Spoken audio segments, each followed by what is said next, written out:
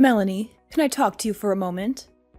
It's about that man, Trevor, that you brought over the other day. Are you seriously thinking of marrying that man? Huh? Where did this come from? Yes, I do. I already talked to you about this, didn't I? The whole point of me bringing him over was to let you meet him before we started making wedding plans. Yes, of course. I understand that. But have you not heard anything since then about how he had a change of heart and didn't want to get married anymore? You haven't heard about anything like that? What? What makes you think I would have heard something like that from him? Could you not just casually ask about something with such serious implications? Here I was feeling relieved that it looked like you were getting along really well with him, and now you come out with this talk? Trevor is not the kind of cold-hearted person who would do something like that. Yes, I get it. Your father and I certainly got the impression when we met him that he was quite a sincere person. There's no way I would say something so terrible at someone you clearly have such feelings for. Okay, sure, if you say so. But that just begs the question. Why would you go and say something that sounds like you're expecting the two of us to break up? Yes, well, about that. Melanie, I want you to let go of Trevor and let Emily be with him instead. I'm sorry, what? Don't you I'm sorry, me. I made myself quite clear, didn't I? I think Emily is a far better match for Trevor than you are, so she should be the one to marry him. You think what now? I am not going to repeat myself. You need to break off your engagement with Trevor immediately. Hold on. You're being serious right now. This isn't some elaborate joke you're trying to pull? I had a talk with our family, and it has been decided that we're going to have Emily marry Trevor instead of you. Starting today, we are considering Trevor to be engaged to Emily. What the heck are you talking about? We believe that your cute little sister is more than fit to marry Trevor, so there shouldn't be any problems. You're her older sister. There's nothing strange about giving her something she wants, is there? Yes. There's lots of things strange when it comes to giving away the man who proposed to me. An engagement isn't something where you can just switch up one of the people involved, like you're subbing out an injured football player. There's no way Trevor is going to be okay with this. What are you talking about? There isn't a man on earth who wouldn't be happy to marry Emily. I mean, look at her. She's the most beautiful woman in the area. Everyone agrees. With someone like her still single and being such a good match for him, it's not your place to speak up against the idea. I have absolutely no idea what you're talking about. I think I have a right to a say about my own engagement. Thankfully, whether or not you understand doesn't matter. No matter how much you struggle to accept it, we have decided as a family that Emily will marry Trevor. I'll be contacting him shortly about our desire to break up the engagement. So please try not to get in the way of their love, okay? You aren't going to be the one seeing him anymore, understand? Just be a good girl and let it go.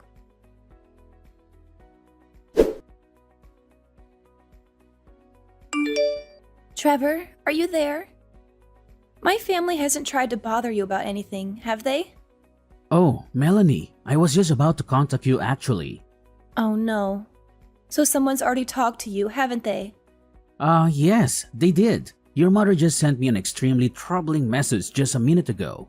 It was about her saying that I was to start living together with your younger sister without delay. What? That's what she's trying to get you to do? I mean, I don't think this message is your fault, but this still is a bit much. It really threw me for a loop when I first looked at it. I think I see what happened. When you came to meet my parents the other day, they forced you to give them your number, didn't they? I'm sorry. I should have done something to try to stop them. Don't apologize. Huh? I just told you that I didn't think it was your fault, didn't I? You've done nothing wrong. I only gave your mother my number because I thought it would be essential to keeping track of what her intentions were with me. Well, that, and it probably wouldn't have looked good if I refused the request. Huh? What do you mean, keeping track of her intentions? Well, I didn't tell you about it earlier, but something really strange happened when I came to your parents' house. Your mother quietly came up to me and whispered, "My daughter Emily is much prettier, so I'll have you get engaged to her instead." She kept saying stuff like that. "I'll be sure to get Melanie to break off the engagement so it doesn't look bad for you." I wasn't really sure whether to tell you about this or not at first, but while I was thinking about it, she just kept pestering me with messages. It seems like this is what she was leading up to. Oh, well, she did all that. That's just crazy. I never imagined she would come up with this scheme like this. Yeah, well, when I had first met her, she seemed to be paying very close attention to anything I did. She honestly just seemed overly intense, even when she was staying quiet.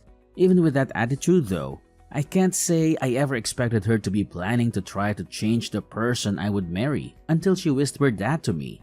Frankly, I still couldn't believe it when she said it, but I also couldn't think of any reason why someone would say something like that as a joke. I am so sorry. Hey, come on. Didn't I already tell you not to apologize? This is your mom's fault, not yours. Anyway, I already sent her a reply, refusing her request, or maybe I should call it her demand with how she was talking. That said, it might be easy for me to just send her a refusal, but getting her to actually accept it is another thing entirely. Yeah, you're definitely right on that one. She's not going to take this lying down. She's the kind of mother who wants to grant every little wish of her favorite daughter. Unfortunately, that favorite daughter is my little sister, not me. Wow, are you serious? It sounds like your life growing up must have been tough. Anyway, what should we do about this? First off, I think you should try to avoid contact with her as best as you can. Avoid her? What do you have in mind? Well, I think there's a pretty likely possibility that she will try to find your address. So you might want to stay somewhere else for a while. My place won't work since she knows where I live already. Do you have a friend or a relative you can stay with for a while? I can ask my cousin for help. He doesn't live too far away. He might be able to let me stay with him for a while. Oh, yeah. He's the one who's living alone the next town over, right? Isn't he a college student? Right on both counts. Now that I think about it, it's actually a pretty great plan. Since I'm a freelancer, I don't have any sort of office to report into that your mom can try to barge in on. And since my cousin is in another town, it should be easy for me to lay low there without any chance of just running into her randomly on the street. Yeah, that is a good idea. Okay, I'll contact him right away. Now that I think about it, my current apartment is going to be undergoing renovation soon. They offered me a deal to vacate my place, so I might just be able to move pretty soon anyway. It's an option at least. I'm really sorry that my stupid mother is making you go to all this trouble. No, don't worry about it. I'll give you a call once things have quieted down, okay? Take care. Thanks. Hopefully things settle down quickly. You be careful too.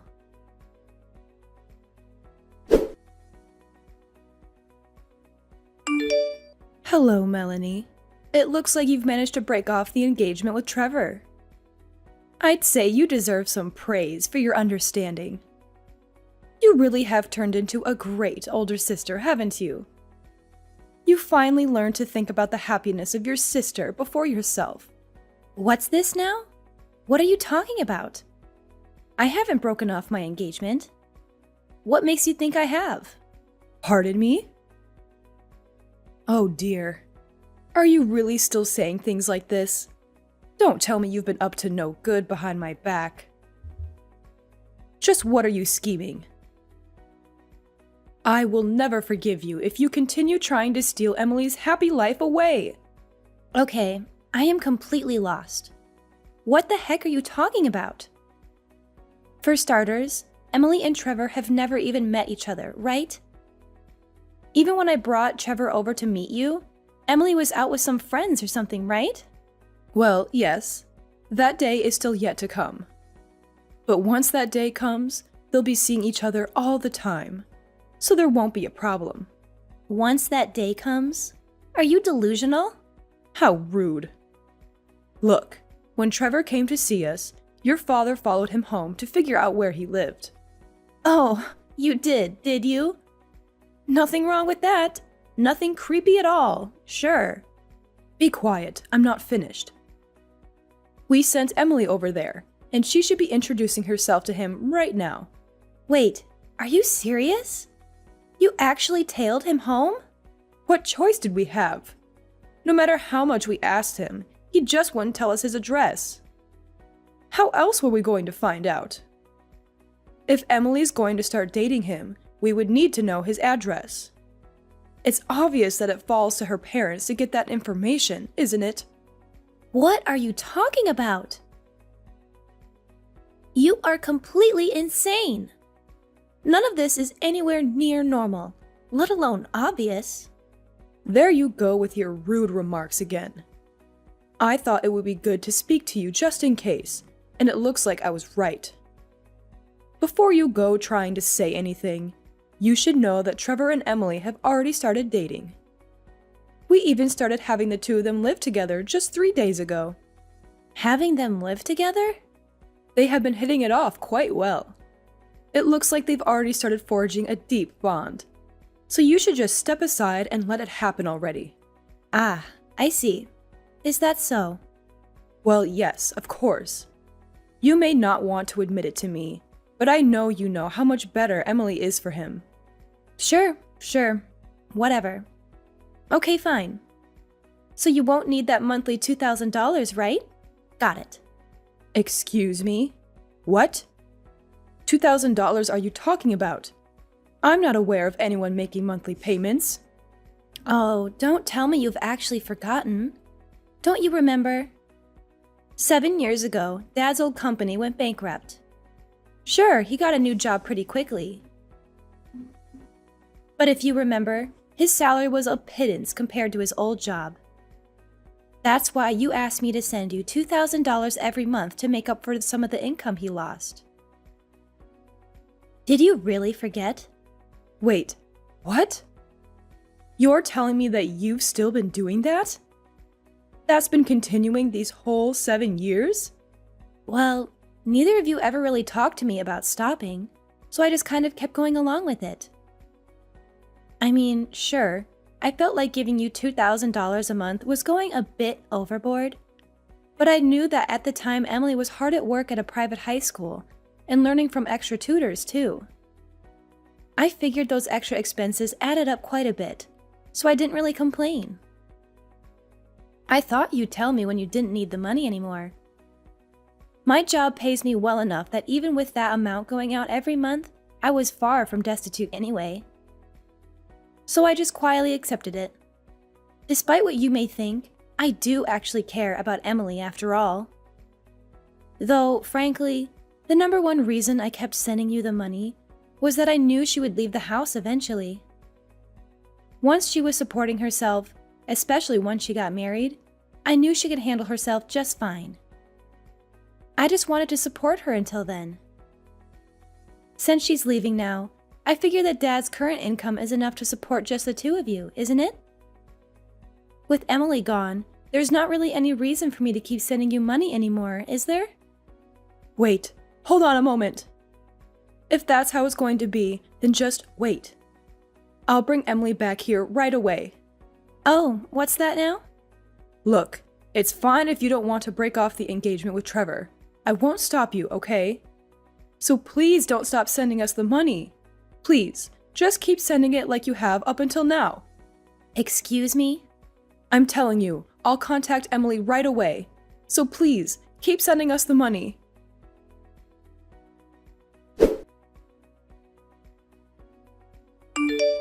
Hey Trevor, the avoidance plan was a great success. Not only that, your idea of moving just made it that much better. Oh, it was? What, did you hear something from your mom? Yeah, you could say that. When you left my house after meeting my parents, it turns out my dad tailed you. That's how they managed to learn where you live. What? He was tailing me the whole way home. Sometime afterward, it sounds like they sent Emily to your apartment. Are you serious? That's not just creepy. That's downright terrifying. That's not all.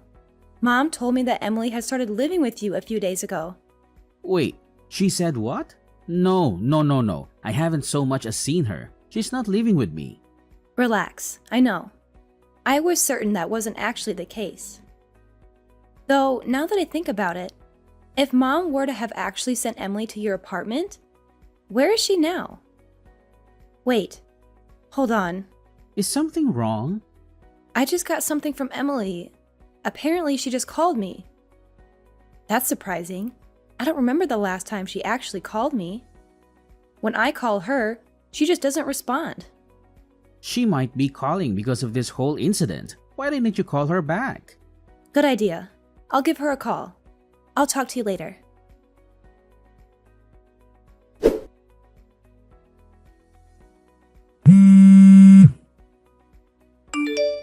Melanie, pick up the phone. Do you have any idea where Emily is? Huh? Not just her. I went to Trevor's apartment and he wasn't there either. I was so sure that they had already started living together. But when I got there, I didn't find anyone. They couldn't have possibly ran away and eloped, could they? Well, you're half right, I suppose. What? Half? Well, I can say that her partner isn't Trevor, at least. What are you saying? What do you mean it isn't Trevor? I heard it all from Emily directly. Mom, you knew that Emily already had a boyfriend, didn't you? Well, Her boyfriend works in civil engineering, so he didn't exactly have a high salary, right? According to Emily, you seem to hate that about him. That's why you did everything you possibly could to get in the way of their relationship, and were scheming to split the two of them apart. Am I wrong? Well, what else could I do? If she married a man with such a pitiful salary, she'd be headed straight for a horrendous life of destitution. And that's why you tried to force her to marry Trevor, right? Well, of course. He's obviously a much better choice than some man who can barely earn a living doing a filthy job like civil engineering. So, putting aside your disgusting attitude towards some people's professions, I'm familiar with the company that Emily's boyfriend works at. That company actually pays a pretty high salary compared to the rest of that industry, you know? What? The company's president is quite a kind person and cares a lot for his employees. He knows that he expects a lot of physical labor from his employees, but he's done a great job of incentivizing them to do good work. Thanks to all of that effort, the employees there have a really trusting relationship with him, and he gives them all the benefits they really need. From what I understand, it's probably one of the best companies someone in that industry could work at. I'm guessing you just oppose Emily dating him based on what you thought of his job without actually looking into where he worked, right? I never thought that such a company could ever exist, especially in an industry like that. If you had actually listened to what Emily had to say, you would have known. Well, I guess it's too late to worry about that now. What do you mean it's too late? Well, here's the thing. You told Emily to go to Trevor's apartment, right? Well, in what probably would come as no surprise to anyone but you, she didn't. She took your ridiculous demand and used it as a chance to escape from the house that had been shackling her for so long. In other words, she fled to her boyfriend's place. What? She fled? Not only that, apparently they filed their marriage registration not too long ago as well. No way. How do you know all of this? Funny you should ask that. For how much you tried to claim I was getting in the way of her happiness, I still care about her quite a lot. So when Emily called me yesterday, we spent a long time talking with each other about what was happening. Sure, I've always been a bit jealous of how you and Dad always doted on her more than me, but she had her own struggles to deal with too. Yesterday was a day I finally got to hear her true feelings. Hey, Melanie, about that $2,000 you've been sending. What? You think now is a good time to bring that up? Look, your father hasn't received a raise in I don't know how long. And, well, our monthly expenses are a bit... If there's only the two of you living there, you should have no trouble living on Dad's current income. Actually, speaking of income, Mom, why don't you start working as well? What? Me? Work? What are you so surprised about? Yes, I'm saying you should earn some money yourself. This is exactly the time where a husband and wife should be supporting each other, isn't it? Oh, wait. Hold on. That's not... Emily and I have both managed to find amazing spouses. So please just step aside and don't try to get in the way of our happy lives, okay?